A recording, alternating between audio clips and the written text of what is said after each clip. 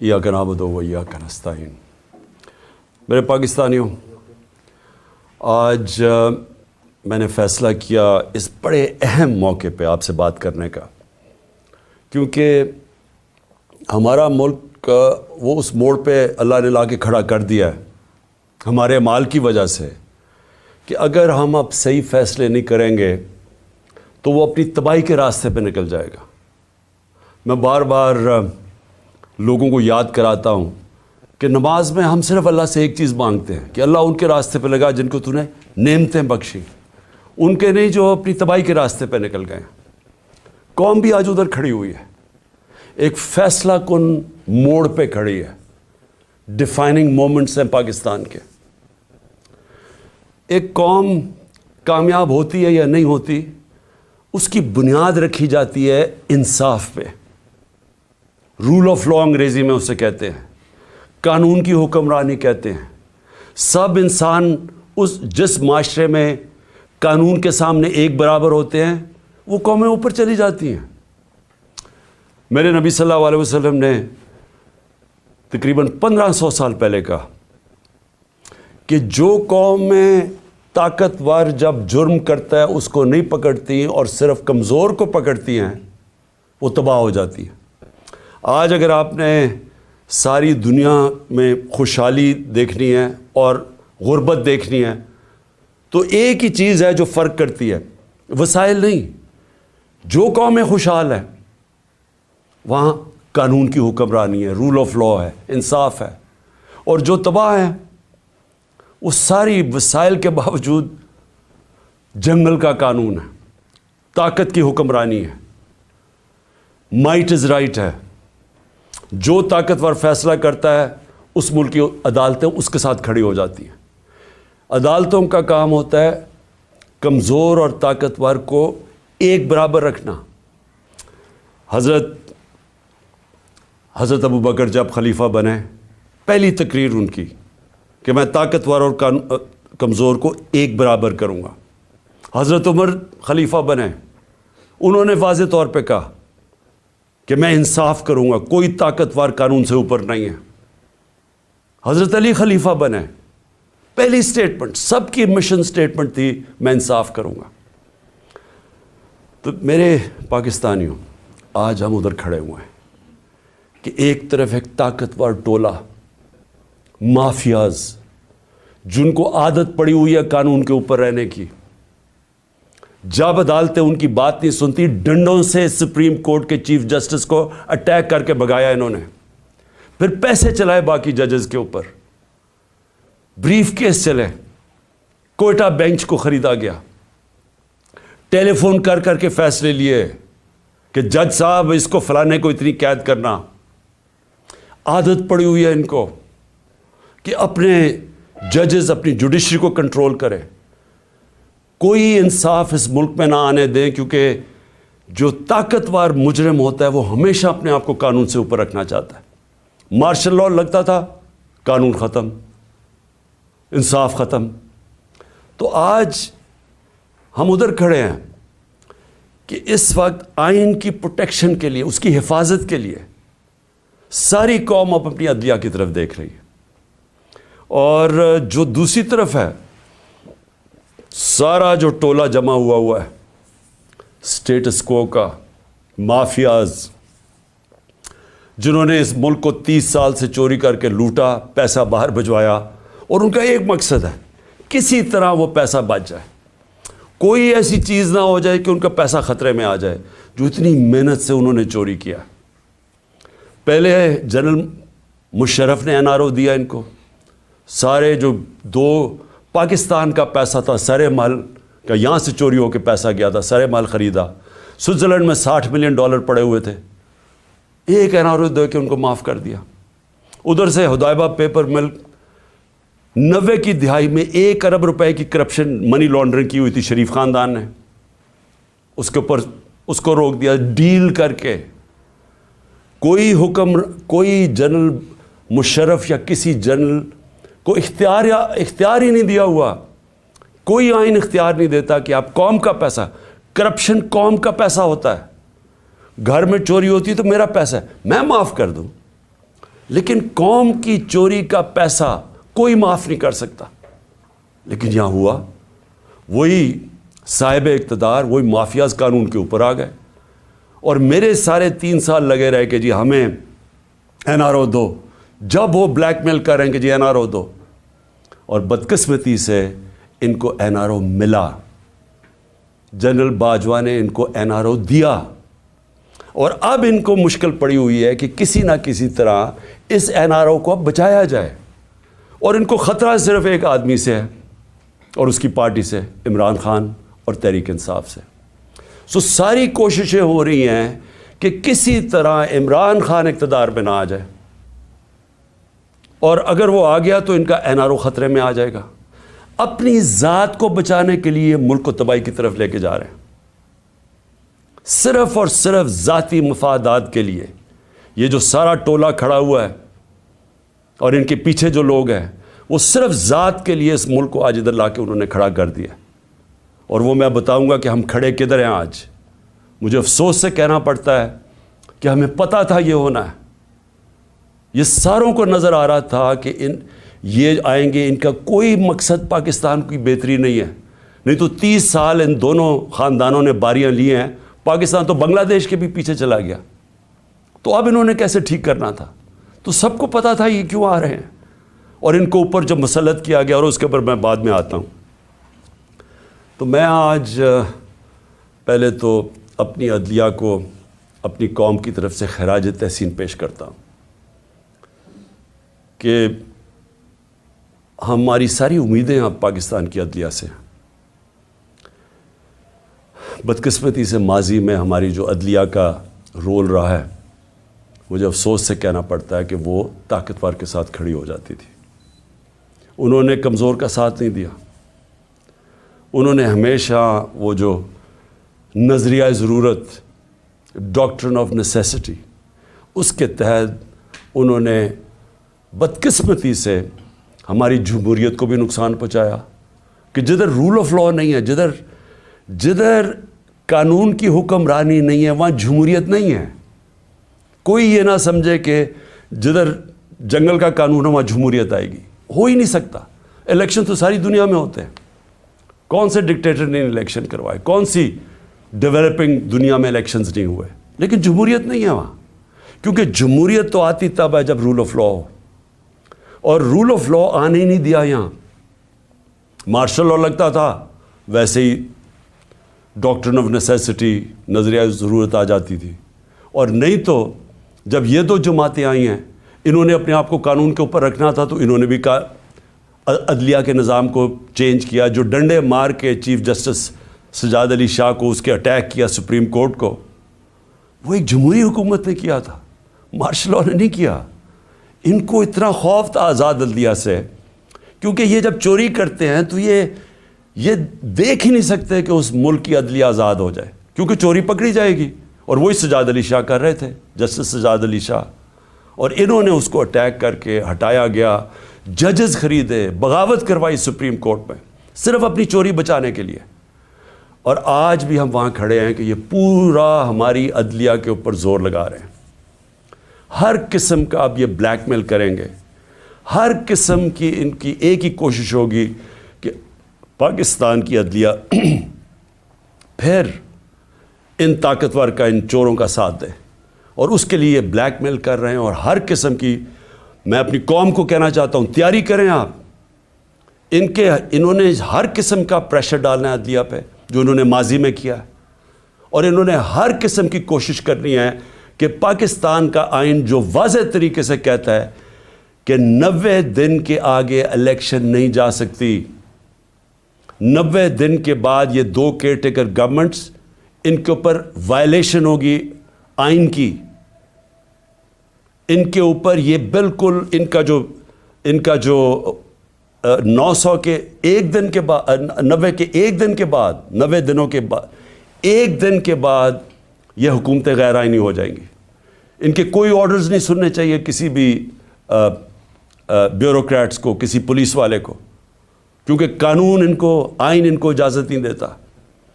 تو جو اس ملک کی, میں قوم کو صرف آج سب سے پہلے تو یہ بتانا چاہتا ہوں کہ اپنی عدلیہ کے ساتھ ہم نے کھڑے ہونا ہے. ان کو ہماری ضرورت پڑے گی کیونکہ ابھی سے ہی ان کے خلاف سٹیٹمنٹس آنی شروع ہو گئی ہیں. ان کو پریشر ڈالنے کی کوشش کی گئی ہے. جبکہ آئین واضح ہے اس کے باوجود یہ کہنا یہ کوشش کر رہے ہیں. اور یہ جو دو مافیا فیملیز اس ملک کے اوپر مسلط ہوئی ہیں, یہ سارا وقت ان کا یہ نہیں کہتی, ان کو شرم بھی نہیں آتی یہ کہتے ہوئے, یہ اصل میں یہ کہتے ہیں کہ ہم قانون سے اوپر ہیں. نواز شریف کہتے ہیں میرے سے بڑا ظلم ہوا ہے, مجھے نکالا گیا. 1.5 سال اس کے اوپر تفتیش کی گئی سپریم کورٹ, اس کے بعد JIT, اس کے بعد ثابت ہوا اس کی کرپشن کا کہ 4 لندن میں بڑے بڑے فلیٹ جو پینما کے انکشاف میں واضح سامنے آئے تھے, جو کسی ہم نے نہیں نکالے. انٹرنیشنلی ان کو اللہ کی پکڑ تھی, ان کے فلیٹ سامنے آ گئے جو ہمیشہ کہتے تھے ہمارے نہیں, ماننے پڑے ہمارے ہیں, اور عدالت میں بتا ہی نہیں سکے کہ پیسہ کدھر سے آیا. تو اس کے بعد جب عدالت نے ان کے خلاف فیصلہ کیا تو یہ نہیں کہ ابھی تک ثابت نہیں کر سکے کہ کدھر سے منی ٹریل گئی اس ملک سے پیسہ یہ فلیٹ خریدنے کو, ایک ڈاکیومنٹ نہیں دے سکے ثابت کرنے کے لیے. لیکن وہ کہہ یہ رہے ہیں کہ جرت کیسے پڑ گئی کسی کے ہمارے اوپر کیس کرنے کی, عدالتوں کو کیسے جرت پڑ گئی ہمارے خلاف فیصلہ کرنے کی. یہ اصل میں یہ کہہ رہے ہیں, اور ابھی بھی یہ کوششیں کریں گے کیونکہ الیکشن سے یہ ڈرے ہوئے ہیں, عوام سے ڈرتے ہیں. پہلے کہتے جی ووٹ کو عزت دو, بڑی کیمپین کی ووٹ کو عزت کو. ہم جب پاور میں تھے الیکشنز کرواؤ, 3.5 سال میں سنتا رہا جی الیکشنز کرواؤ, اور آپ الیکشن سے بھاگ رہے ہیں کیونکہ یہ تب الیکشنز کروائیں گے. سب سے پہلے عمران خان کو ڈسکوالیفائی کرو, عمران خان کو جیل میں ڈالو. یہ نواز شریف کی شرائط ہیں. اس کو وہ لیول پلینگ فیلڈ کہتا ہے. خود پکڑا گیا ہے اربوں روپے کے وہاں پراپرٹیز میں بیٹھا ہوا ہے, ثابت نہیں کر سکتا. عدالتوں سے جیل سے باہر بھاگا ہوا ہے جھوٹ کے اوپر. یہ شہباز شریف نے جعلی ایفیڈیوٹ دیا ہوا ہے لاہور ہائی کورٹ کو, کوئی شرم نہیں ہے اس کی. لیکن عمران خان کو جیل میں ڈالو, ڈسکوالیفائی کرو. تحریک انصاف کے لوگوں کو پکڑ دھکڑ کرو. شرمناک رول ہے اس ملک کی الیکشن کمیشن کا. میں نے کبھی اس طرح کی بے شرم الیکشن کمیشن نہیں دیکھی. ہر فیصلہ کرتی ہے یہ نواز شریف سے حکم لے کے, ہر فیصلہ کرتی ہے ہینڈلرز جو پیچھے کہتے ہیں. 2 جو کیئر ٹیکر گورنمنٹس بنائی ہیں انہوں نے, ہم نے اتنے نام بھی ویسے دیے جو کہ غیر جانبدار تھے. انہوں نے جان کے ان لوگوں کو اوپر بٹھایا ہے جو یہ لاہور کا چیف منسٹر بنایا ہے, اس کو بالکل جو سب سے بڑا دشمن تھا تحریک انصاف کا اس کو اوپر بٹھا دیا. جیسے آفیسرز پوائنٹ کر رہے ہیں جو یہ جو پولیس والوں کو رکھا گیا جنہوں نے ہمارے پہ تشدد کیا, ان سب کو اوپر بٹھا دیا. تو ہمارے اوپر کیسز کرو, پارٹی کو توڑو. جب یہ سمجھیں گے کہ یہ بالکل گراؤنڈ تیار ہو گئی ہے ان کے لیے, تب یہ چاہتے ہیں الیکشن کرواؤ, اس لیے بھاگ رہے ہیں الیکشن سے. اور میں ویسے ان کو کہتا ہوں کہ جتنی بھی دیر آپ کر لیں رزلٹ وہی نکلنا ہے, جتنی دھاندلی کر لیں رزلٹ وہی نکلنا ہے. لیکن ملک تباہ ہو رہا ہے. ہماری ساری کوشش یہ تھی کہ الیکشنز ابھی اس لیے ہم کروانا چاہتے تھے کہ الیکشن ایک ہی طریقہ اس دلدل میں جو ملک پھنسا دیا اس سے نکلنے کا, اور تو دوسرا راستہ ہی کوئی نہیں ہے. تو ہم اپنے ملک کے لیے اپنی 2 گورنمنٹس ڈیزالو کرتے ہیں اپنے ملک کی خاطر کہ کسی طرح ہم جو یہ ادھر پہنچا دیا انہوں نے پاکستان کو کہ اس ملک کی 75 سالہ تاریخ کے اندر کبھی ملک کے یہ حالات نہیں تھے جو آج ہیں. کسی سے پوچھیں یا چھوڑیں کہ میں عمران خان کیا کہہ رہا ہے, میں چاہتا ہوں کہ کسی اکانومسٹ سے پوچھ لیں, کوئی غیر جانبدار لوگ ایکسپرٹس ہوں پالیٹکس کے, اکنامکس کے, ان سے تو پوچھیں کہ کبھی پاکستان کے یہ حالات تھے. اور کوئی آگے روشنی بھی نہیں نظر آ رہی. جتنی دیر یہ بیٹھے رہیں گے یہ اور ہم ڈوبتے جا رہے ہیں. میرے پاس اعداد و شمار ہیں, میں یہ پھر سے اپنی قوم کو بتانا چاہتا ہوں کہ یہ جو حالات آج ہیں, کیسے اس ملک کا تنخواہ دار طبقہ اب گزارا کرے گا. اور ابھی شروعات ہیں, ابھی جو IMF کے ساتھ انہوں نے طے کی ہیں کنڈیشنز, اس کے بعد جو اب لہر آنے لگی ہے مہنگائی کی, کیسے, میں تو ابھی بتاؤں گا جو آج حالات ہیں, ابھی مزید جو آگے ہوں گے وہ کیسے وہ برداشت کریں گے وہ لوگ. تو میں سب سے پہلے دوسری بات جو آج میں کرنا چاہتا تھا، ہمارے پرانے آرمی چیف، انہوں نے ایک صحافی کو ایک انٹرویو دیا اور اس نے پھر کالم بھی لکھی. اس میں اس نے 2-3 چیزیں ایسے کہیں، تو میں صرف ان کے اوپر بات کرنا چاہتا ہوں کہ اگر ہمارے ملک نے اب اس دلدل سے نکلنا ہے تو پاکستان کو ایسے ہمیں چلانا پڑے گا جو اب تک ہم نہیں چلا پا رہے. اور اس کے لیے سب سے پہلی چیز ہوگی رول آف لا. جب تک ہم سب کو قانون کے نیچے نہیں رکھتے، جب تک آئین کے دائرے میں رہ کے ادارے اور لوگ کام نہیں کرتے، اس سے اب ہم نہیں نکل سکتے. میں پھر سے کہہ رہا ہوں، ایک ہے نعمتوں کا راستہ، وہ بالکل مختلف ہے. ایک ہے تباہی کا راستہ، اس طرف ہم نکلے ہوئے ہیں. تو یہ جو آرمی چیف نے، ایکس آرمی چیف نے باتیں کی، سب سے پہلے تو مجھے حیرت ہوئی کہ اس نے کہا جی عمران خان ملک کو تباہی کی طرف لے کے جا رہا تھا. میں نے عمران خان سے ملک کو بچانا تھا تو تسلیم کر لیا کہ اس نے فیصلہ کیا تھا گورنمنٹ گرانے کا، جو میں اور ساری قوم کو ویسے ہی پتہ ہے. لوگوں کو تو اب سوشل میڈیا کا زمانہ ہے. وہ آخری رات جس دن وہ میں نے کہا تھا کہ کوئی رہ تو نہیں گیا، تو اس دن رات کو تو سب قوم کو پتہ چل گیا تھا کہ کون تھا پیچھے اس کے. وہ ارشد شریف شہید نے بڑی زبردست بات کی، وہ کون تھا، تو وہ تو سب کو پتہ تھا وہ کون تھا. لیکن یہ نہیں میں سوچ رہا تھا کہ وہ تسلیم ہی کر جائے گا کہ وہ میں تھا. اور اس نے کہا کہ بڑے برے حالات تھے پاکستان کے اور تباہی کی طرف جا رہا تھا. تو پہلے تو اس نے اکانومی کی طرف کہا، پھر اس نے فارن پالیسی کی طرف کہا کہ امریکہ بڑا ناراض تھا، امریکہ خوش نہیں تھا عمران خان سے، اور فارن پالیسی کا بھی وہ ایکسپرٹ تھا. پھر اس نے سیاست کی بھی کوئی باتیں کی، بڑا لمبی بات چیت کی. پھر وہ شوکت ترین کے اوپر کہہ دیا کہ اس نے اکانومی تباہ کر دی. تو اکانومی کا بھی ایکسپرٹ، پولیٹکس کا بھی ایکسپرٹ، فارن پالیسی کا بھی ایکسپرٹ وہ. دیکھیں یہ آگے جو میں اب ملک کو آگے کا سوچ رہا ہوں نا کہ ملک آگے کیسے بڑھے گا.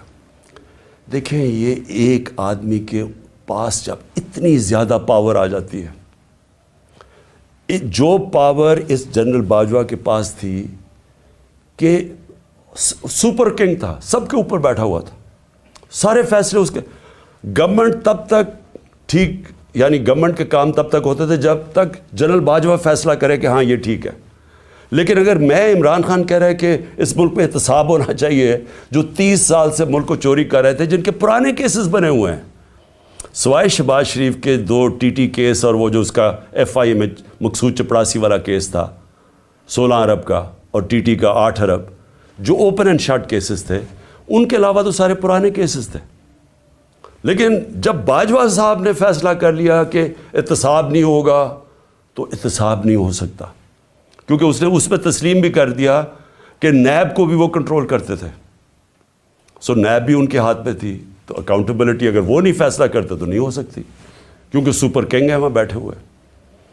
اس سے کیا چیز سامنے آئی کہ ایک آدمی کو جب اتنی زیادہ پاور مل جائے، لیکن اس کو کوئی پوچھنے والا نہیں ہے، کوئی چیک نہیں کر سکتا.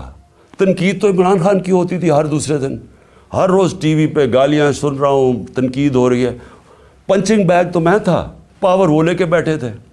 فیصلہ جو کرنا ہے وہ، اگر وہ فیصلہ میں کوئی پالیسی وہ مانتے تھے تو وہ ہو جاتی تھی. اور خوش قسمتی سے کرونا کے اوپر ہم ایک پیج پہ آ گئے، کیونکہ ہم نے بڑا فیصلہ کیا کہ سمارٹ لاک ڈاؤن ہونا. ہم اپنے لوگوں کو تباہی میں نہیں ڈالنے لگے، کیونکہ غریب نے کچھ لے جانا تھا. اگر ہم لاک ڈاؤن کر دیتے غریب نے مر جانا تھا. تو ہم نے بڑا فیصلہ کیا تھا، تو اس میں انہوں نے سپورٹ کی، تو وہ تو ٹھیک چلتا گیا، بلکہ بڑا اچھا کام ہوا. اور بھی کام تھے. میں بار بار کہتا ہوں کہ بڑا ایشو بن سکتا ہے پولیو کا پاکستان میں. اس کے اندر بارڈر ایریاز میں بہت مدد کی انہوں نے. پھر ٹڈی کا آ گیا تھا، وہ جو لوکسٹ کا تھا، مدد کی اس میں. لیکن جدھر فیصلہ کیا کہ احتساب نہیں ہونا، اور ان کے فیورٹ شہباز شریف تھا، آپ شہباز شریف کو کچھ نہیں کر سکتے تھے. اس کا جج کبھی آ جاتا تھا، ہم بھی حیران کہ کبھی آج جج بینچ ٹوٹ گیا تو پتہ ہی کچھ ہو گیا ہے، پھر شہباز کی کمر ٹھیک نہیں ہے،